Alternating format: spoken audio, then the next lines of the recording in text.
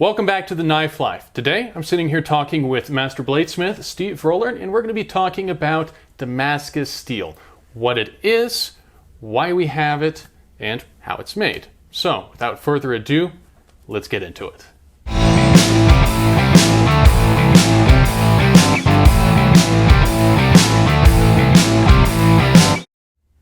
Thanks for having us, Steve. Thank you for coming to my shop, sir. My pleasure.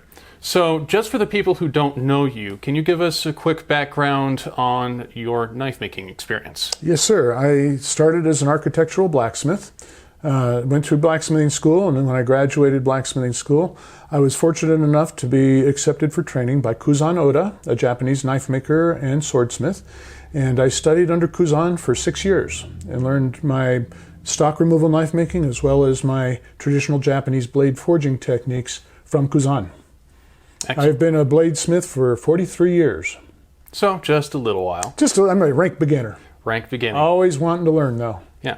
And you also teach as well, so you've been teaching for a long period of time. I've been teaching for over 30 years, and I teach at the Trinidad State Junior College for the NRA Gunsmithing School. I teach at the David Norrie Forged with Intention Blacksmithing School in Berkeley, Colorado. Pardon me. One weekend every month, and that's a Friday night, Saturday, and Sunday class, and we go all the way through making a particular kind of knife. Each student leaves with a knife. I also teach out of my shop here in Keansburg, private lessons as well. Mm-hmm. And a lot of that is actually teaching how to make Damascus, because Damascus is one of your specialties. It is. It's my favorite thing in the whole wide world to make. Excellent. So a number of people who are watching aren't going to know what Damascus is. So can you give us a quick overview of what it is in quick layman's terms? Very well. In modern terms, we're just going to say that it's two or more dissimilar metals. They have a little bit differences between their metallurgy that are combined together and fused in the forge fire to become one solid billet, but each layer retains its individual personality, its individual characteristics. And oftentimes you'll see a different layer form or color between the layers where the alloying between the two layers is occurring during the forge welding process. Cool. So what does that actually look like in the knife? It's very obvious. Well, there's usually, if it's done correctly. It's done correctly, we can control the pattern to perfection. Mm-hmm. With practice, you can manipulate the pattern and predict very accurately what it comes out to be, but it will be layers of dark and light stripes arranged in a particular order that the smith decided he wanted to give a very functional blade. It was the king of steels for a long, long time. Yeah. So essentially, Damascus is just layered steel that can be manipulated into a pattern, mm-hmm. varying upon what the smith wants it to actually look like. Yes, sir. So it's not any one particular pattern or anything like that. It can be anything, essentially. The patterns are limited by only the imagination of the smith. And that's where we have such a wide variety of really amazing patterns that have been coming out because of the explosion and interest in the forging techniques used, Forged in Fire and other television shows have really created a renaissance of this kind of a skill, and people are dying to learn it. It's a lot of fun, but we can get such a wide variety. It's limited only by your imagination. Excellent. So, Damascus steel isn't the thing that most people can just walk in and do on their first day without any experience or talking to anybody. How does one actually go about making Damascus steel? Well, first we have to have a way of making the steel hot. Okay. So we can use a coal forge, a charcoal forge, a gas forge, or a natural gas forge to heat our metal. The coal forge is very dirty because of the nature of the coal. It has a lot of trace minerals, and it can put contaminants in between the layers or on the surface of the steel that won't allow it to fuse properly. Charcoal is a much cleaner environment, but it's not as easy to find charcoal for a lot of people. Propane and natural gas are clean, easy burning, readily available, and easy to store and safe to work with. And so I'm using gas forges for the first 10 years. I did coal. And from then on, I did, well, it's actually 15 years, I did propane. And so we get the steel hot in a very clean atmosphere that we can control the oxygen content in. And then we take two or more dissimilar metals that are very clean. We want them to be clean, no rust. Now I start with steels I know what they are. perfectly. I'm not picking up steel off the side of the road or out of the scrapyard and trying to make a guess at what it is. I'm using steel I know what it is and that is compatible to forge welding. But we stack these layers of steel one on top of another to create a billet, or a billet is what they call the stack, that's large enough to make into what we wish. Tack it together with a pressure plate, and we can go into that later. But we take a billet like this, we put it in the fire, bring it to 2,000 degrees Fahrenheit, to 2,000 to 2,100, and this will fuse easily. Now, one of the things that you'll see frequently, and those viewers have probably watched some videos on YouTube about making Damascus steel. I approached Damascus steel making in a slightly different way than what I did when I started. Everyone believes that you need to have flux, and the flux forms an envelope of glass around the outside of the steel and gets in between the layers. It will dissolve some of the scale that might form on the surface of the steel, but it protects the steel from the oxygen in the fire. When you bring it out, it's like when you hit a billet with flux on it, the flux flies everywhere, and it will burn holes in your clothing and in your drywall and things like that. But doing dry forge welding or hydrocarbon forge welding allows us to make a billet using no flux, and we have ourselves the ability of not having any trapped flux in our steel. Okay, so when we start with Damascus steel, we start with the clean layers that we talked about. Mm-hmm. We cut them to a size that we can manage in our fire. We want to make our stack only as big as we can manage in the fire that we have with the tools that we have. But we don't want to leave this bar of steel or block of steel exposed to the cold surface of our anvil or our trip hammer or our forging press, whatever method we're going to fuse our steel on, because these thin layers, the cold body of the anvil will steal the heat out of it and make it so the outer layers don't actually fuse. So when we make our stack, we want to put something on the surface, one, to help it hold together, and two, to protect it from the cold temperature and the heat sinking nature of the anvil and the dies. So we take it, this pressure plate is what we call it. It's a 1/2 inch thick piece of steel that's the same dimension as my billet. I put one on top, one on bottom to protect the billet from the ability of the anvil to steal its heat. But if I did just put this pressure plate on the billet, it would fuse to the billet, and then I would later have to remove it because this is just mild steel. It's a consumable. So to prevent the pressure plate from fusing to the Damascus, I take a piece of heat treating stainless steel foil that has been oxided in the electric kiln during heat treating of other knives. This presents a non-fusible layer. And so I put this little bit of foil in between the pressure plate and the billet of Damascus so that the pressure plate does not stick to it. We then tack weld the end of the billet so that it just holds together, because I don't want to put my clamp in the fire. The weld holds it in place. And as you see in this block, I have welded a small handle, a tang, that I can grab with my tongs and manipulate in the fire. So I can take it in and out of the fire, work it under the hammer or the press or any method I wish, but it gives me the ability to handle the steel with great efficiency. Excellent. So now that we have everything set up and all the prep work done, how do we actually perform the forge weld? Okay, this is the fun part. This is where it gets really addictive. Playing with hot steel is like really super addictive. Okay, so we put it in the fire, whatever fire we're using. We bring it up to the critical temperature, but we want to, and the critical temperature being 2,000 to 2,100 degrees. You can go a little higher, but you don't need to. The fusion occurs at 2,000 quite efficiently. And you actually don't want to take it much higher than that. You don't want to take it any higher than you need to, simply because you can burn the steel. Yeah. In the old days, we used to watch for the steel to sparkle some, but that was actually destroying the steel. That was some of the carbon burning off. I was damaging the steel. It didn't produce as good, plus it allowed carbon migration between layers that ruined the overall carbon content of the billet. So we put it in the fire, we bring it up just to the right temperature where the fusion can occur, and we bring it out to press it and to apply it. The molecules are moving fast. The problems that we can encounter is not letting it get hot enough in the middle of the bar. Mm-hmm. This is a big block of metal. It's 1.5 inches wide by whatever tall, by 4 inches long. But in the very middle, it has to be welding heat as well as on the outside. If you bring this out and forge weld it, the outsides will seal and you'll get an impure or something called a cold shut. It's a failure in the metal. The metal didn't get hot enough to forge weld. There's two basic problems you can run into when you hit welding heat on the outside but not the inside. One is an inclusion, and that's where you leave a hammer dip that allows a little scale, like a blister would be a good way of putting it.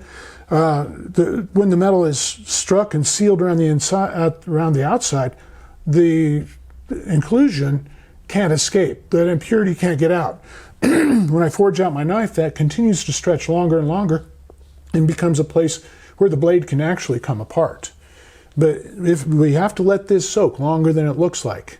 So you look at it until you see no shadow, no difference in color from the outside of the billet to the inside of the billet as you look through the door. You can look in, and we'll have some photos of that. They can see that. And make sure it looks like it's the same temperature throughout. As soon as it's at that temperature, you can fuse that steel and the pressure plates can come off, and this will work as a solid block on out. The trick to forging Damascus and not having problems is working it at a proper welding heat or at a proper high forging heat and not let it come down low during the initial working of it so that we don't stress the layers or the fusions. We want to allow them to be at a temperature where they move with great ease.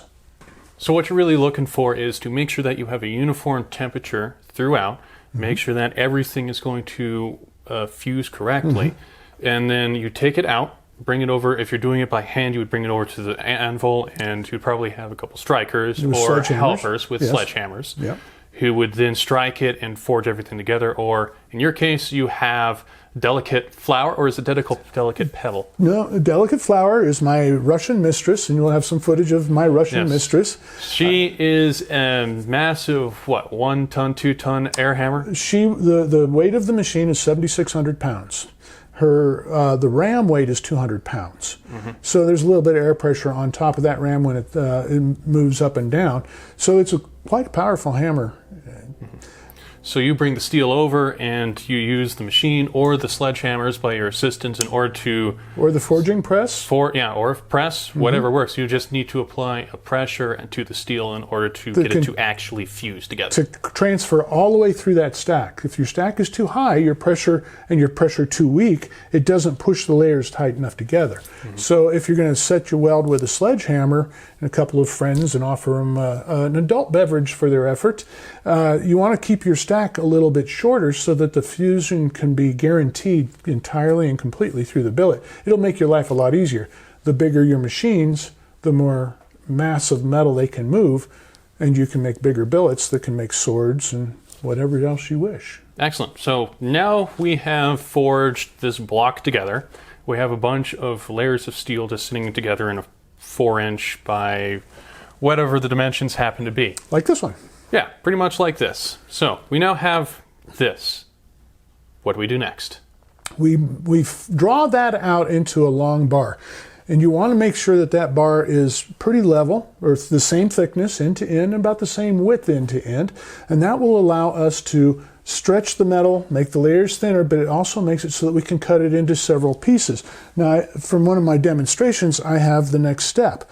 This was from a very small billet. You can see the blocks are a little bit small. This was from a small stack that I had made. The next step is to draw that out and then cut it into size pieces that I'd like to have 3 or 4, maybe 5 pieces. I polish, and you can see that the surface of this metal is shiny. It's been ground on the surface, so all the impurities and hammer marks and scale is gone. Those clean surfaces will fuse once again on top of each other so we can make a stack however tall, and this increases our numeric count. We start with 30 layers, so if we draw it out and cut it into 4 pieces, we come out with 120 layers. So that way we end up in one restack. We end up with enough fine pattern Damascus to make a finished blade. We don't have to make it cut and stack, a lot of times. And by starting off with 30 layers, you mean we actually started off with 30 pieces of steel that was layered on top of each other? Yes, sir. And so it'd be 15 of each. If I'm only using two steels, like the 1095 and the 15N20, I have 15 layers of each. Excellent. So once you've done that initial forge weld, you've stretched everything out, all the layers are much thinner, you'll have 30 layers of steel, and then if you want to increase that count, you're going ahead and cleaning everything up and setting up to restack everything and perform the weld again. And what you'll see frequently on YouTube is people doing a very traditional approach where they just draw it out like a bar like this. They would take this bar of steel and they would cut it with a hot chisel or a hot cut and fold the metal back on itself. They would put some flux in there, but if you run your hand over this piece of metal, you'll feel ridges and uneven surfaces. If you just fold that back in, any place that it's not true and flat is going to potentially capture a little bit of scale, a little bit of flux if you're using flux, and it might not contact the other steel, and you'll get a cold shut or an inclusion, which later will end up a failure point in your blade. Mm-hmm. So we're going from mass to mass now. We're stretching it out, we're cutting it and stacking it, but we're making sure that our surfaces are perfectly clean. Excellent. So pretty much after you've done this, you would go ahead, do the exact same thing that you did before, tack weld it, forge it together, stretch it out again, and that leaves us with really the most basic type of Damascus. That's called random pattern, and we'll have some pictures of random pattern for the viewers to watch or look at. Random pattern is just like taking a loaf of bread, standing it on end and pushing it down and then making a knife out of that. You'll have the layers running flat through the blade on its through its center, through the thin cross section. So this is the most fundamental building block of Damascus, essentially. It's the foundation that we build a lot of the other patterns off of. And all other patterns have to start at this point and go from there. We start with our initial stack, and we forge weld that. Variances can come right after that first weld if we wish, but we have to make that first weld like a big stack of sandwich bread pushed together to make any of the other patterns that are common in a stacked laminate steel. But we can manipulate those patterns at every step and change the visual appearance of the steel dramatically all throughout the rest of the forging process. So that's how you'll end up with patterns such as Maiden's Hair Twist or Bullseye Pattern, or Turkish, Damascus, or Raindrop, Ladder, and mosaics, where we actually are forming pictures in the steel, and composites where we're combining different patterns together to form different appearances on the sides of the blade, or for strength reasons, and in the ancient times there were strength reasons.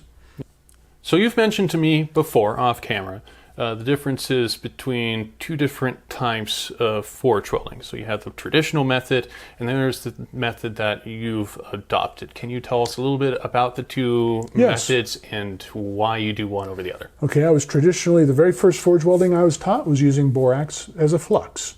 And the flux creates an envelope of molten glass around the outside of the steel to protect the steel from impurities in the fire and the oxygen in the fire. But that flux can get trapped in the weld and create a weak spot, as we've mentioned before. Daryl Meyer discovered something he called hydrocarbon welding, where he built a box, a piece of square tubing was what he first used, and he slid his stack of metal inside that box. He welded an end cap on the end with a little pinhole in the plate, and then he welded the other end cap on and a little pinhole in that end and welded a handle on.